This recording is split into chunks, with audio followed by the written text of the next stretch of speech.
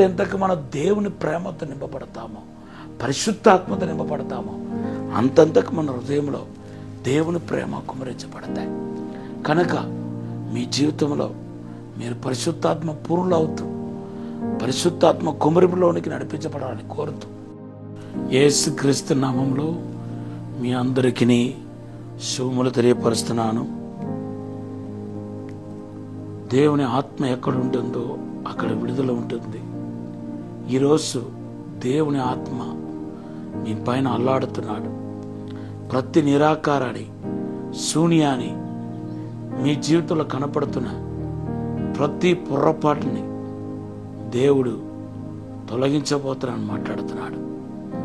పరిశుద్ధాత్మ దేవుని యొక్క తాకిడి మీ కుటుంబంలో కనపడుతున్నాయి.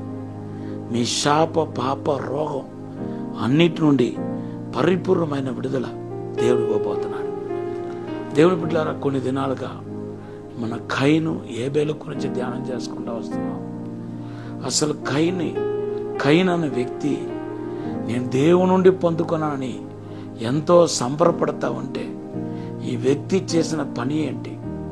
తన తోడ పుట్టిన వాణ్ణి చంపటం ఏంటి? ఎంత అసూయపడటం ఏంటి? చంపటం ఏంటి?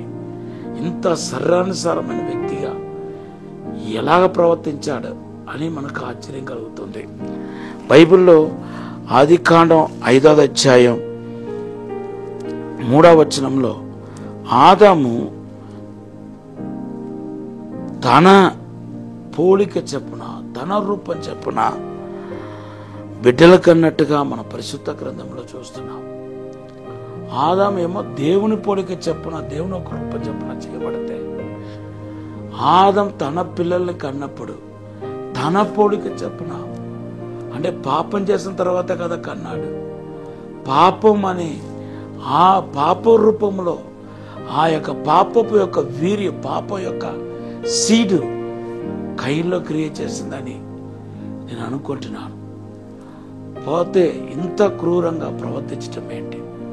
దేవుని బిడ్డలారా, ఎప్పుడైతే మన దేవునికి భయపడలేదో, లేకపోతే దేవుని ఎరిగే జ్ఞానం మనలో లేదో, దేవుని అభిషేకం మనలో లేదో, ఖచ్చితంగా మనం శరీరానుసారంగా ప్రవర్తిస్తూ మన జీవితంలో చాలా నష్టపోతాం. బైబిల్లో ఒక మాట నాకు గుర్తుకొస్తుంది. 2వ రాజుల గ్రంథం 17:23. దేవునికి వారు భయపడలేదు కాబట్టి వారు మధ్యలోనికి దేవుడి సింహాన్ని పంపించాడని రాయబడి ఉంది. చూసారా, దేవునికి భయపడటం అంటే దేవునికి లోబడటం. మన దేవుని మాటకు లోబడకపోతే చాలా నష్టాలు ఎదుర్కొంటాం. మనం ఎలాగ మారుతామో, ఎలాగ ప్రవర్తిస్తామో మనకే తెలియదు. మనమే కాదు, మన తర్వాత వచ్చే తరం, మన నుండి పుట్టుకుని వచ్చే తరం ఏదైతే ఉందో ఆ జనరేషన్ కూడా చాలా పెద్ద నష్టము, కష్టం కలుగుతుందనే విషయాన్ని మీరు మర్చిపోవద్దు. అంతేకాదు, 2వ రాజుల గ్రంథం 17:26 ఏమని రాయబడిందో తెలుసా? దేవుని వాళ్ళు ఎరగని కారణ చేత వాళ్ళ మధ్యకి సింహాన్ని పంపించాడట. సింహం అంటే మరి పేతురు రాసిన మొదటి పత్రిక 5:8 గర్జించే సింహం వలె సాతానుడు మన మధ్యలో తిరుగుతున్నాడు రాయబడి ఉంది. సాతాను ఒక క్రియలు కనపడతా ఉంటాయి. సాతాను నరహంతకుడు. వాడు మనల్ని చంపటానికి, ఇతరులు చంపటానికి ప్రేరేపిస్తాడు. కొత్త రమంతుల్లో చంపటం అంటే ఏంటో తెలుసా? ఒకరిని వెర్రివాడ అంటే, ఒకరి నీచుడా అంటే మనము ఆయన్ని హత్య చేసినట్టుగా ప్రభువు మాట్లాడుతున్నాడు. అవును దేవుని బిడ్డలారా, మన నీతి అందరికంటే గొప్ప నీతిగా ఉంటుంది.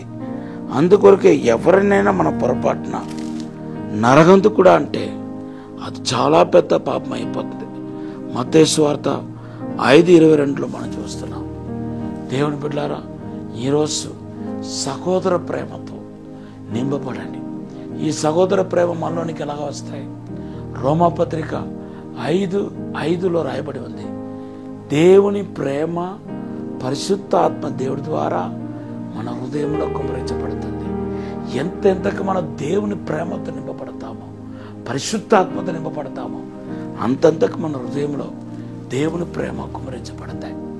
కనుక మీ జీవితంలో మీరు పరిశుద్ధాత్మ పూర్ణులు అవుతూ పరిశుద్ధాత్మ కుమరింపులోనికి నడిపించబడాలని కోరుతూ ఈ మాటను ముగిస్తున్నాను. పరిశుద్ధము నమ్మకమైన పరలోక తండ్రి, నీకు వందనాలు, స్తోత్రాలు ప్రభా. మమ్మల్ని క్షమించి, మన్నించి, పరిశుద్ధపరిచి, శుద్ధీకరించి నీతిమంతులుగా చేయమని అడుగుతున్నాను తండ్రి. అయ్యా, నీ ఆశీర్వాదాన్ని, అద్భుతాన్ని మా జీవితంలో కనపరచండి. నీ కాపుదల భద్రత దయచండి ప్రభా. తండ్రి, శరీరానుసారముగా ప్రవర్తించకుండా సహాయం చేయమని యేసునామములో అడిగి వేడుకుంటున్నాము తండ్రి. ఆమేన్, ఆమేన్. యెషయా గ్రంథం 60వ అధ్యాయం 1వ వచనం దేవుడు మీకు ఇచ్చిన వాగ్దానం. Have a blessed day.